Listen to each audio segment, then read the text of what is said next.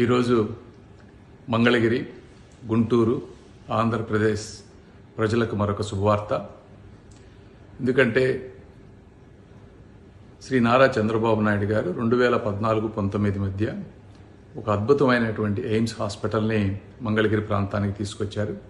అయితే 19-24 మధ్య జగన్మోహన్ రెడ్డి గారు ఈ బిల్డింగ్ కన్స్ట్రక్ట్ అయిపోయిన తర్వాత దానికి కావాల్సినటువంటి వాటర్ ఫెసిలిటీస్ని డిలే చేయటం కానీ, అదేవిధంగా ఎనఫ్ ఎలక్ట్రిసిటీ సప్లై చేయకపోవటం కానీ, ఇవన్నీ చేయకపోవటం వల్ల, ఫెసిలిటీస్ని పట్టించుకోకపోవటం వల్ల, స్టాఫ్ను పెంచకపోవటం వల్ల ఎయిమ్స్ అంతగా అభివృద్ధి చెందలేదు. అయితే ఈ కూటమి ప్రభుత్వం వచ్చిన వెంటనే శ్రీ నారా చంద్రబాబు నాయుడు గారు యుద్ధ ప్రాతిపదికన పైప్ లైన్ వేసి వాటర్ తీసుకొచ్చారు. అదేవిధంగా కావాల్సినటువంటి ఎలక్ట్రిక్ ట్రాన్స్ఫార్మర్లు కానీ, ఇంకో ఇన్ఫ్రాస్ట్రక్చర్ కానీ ప్రొవైడ్ చేశారు.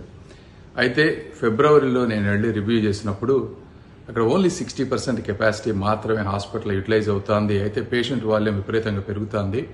దీనికి కారణం సపోర్ట్ స్టాఫ్ కానీ, డాక్టర్స్ కానీ, నర్సెస్ కానీ లేకపోవటం అని వచ్చిన తర్వాత రిక్వైర్మెంట్స్ అన్నీ తీసుకొని నడ్డా గారికి, హెల్త్ మినిస్టర్ గారికి, అదేవిధంగా ఫైనాన్స్ మినిస్టర్, ఎక్స్పెండిచర్ డిపార్ట్మెంట్కి సంబంధించినటువంటి నిర్మలా సీతారామన్ గారికి, అధికారులకి క్లియర్గా డేటాతో ఎక్స్ప్లెయిన్ చేసి పేషెంట్ వాల్యూమ్ ఎంత పెరుగుతోంది, హాస్పిటల్ థియేటర్స్ ఎన్ని అవసరం అవుతున్నాయి, ఇన్ పేషెంట్ బెడ్స్ ఎన్ని అవసరం అవుతున్నాయి, ఇవన్నీ ఎక్స్ప్లెయిన్ చేయడం వల్ల వారు కూడా వెంటనే స్పందించి దీనికి ఈ రోజున మనకి దాదాపుగా 540 పోస్టులు అడిషనల్గా అలొకేట్ చేశారు.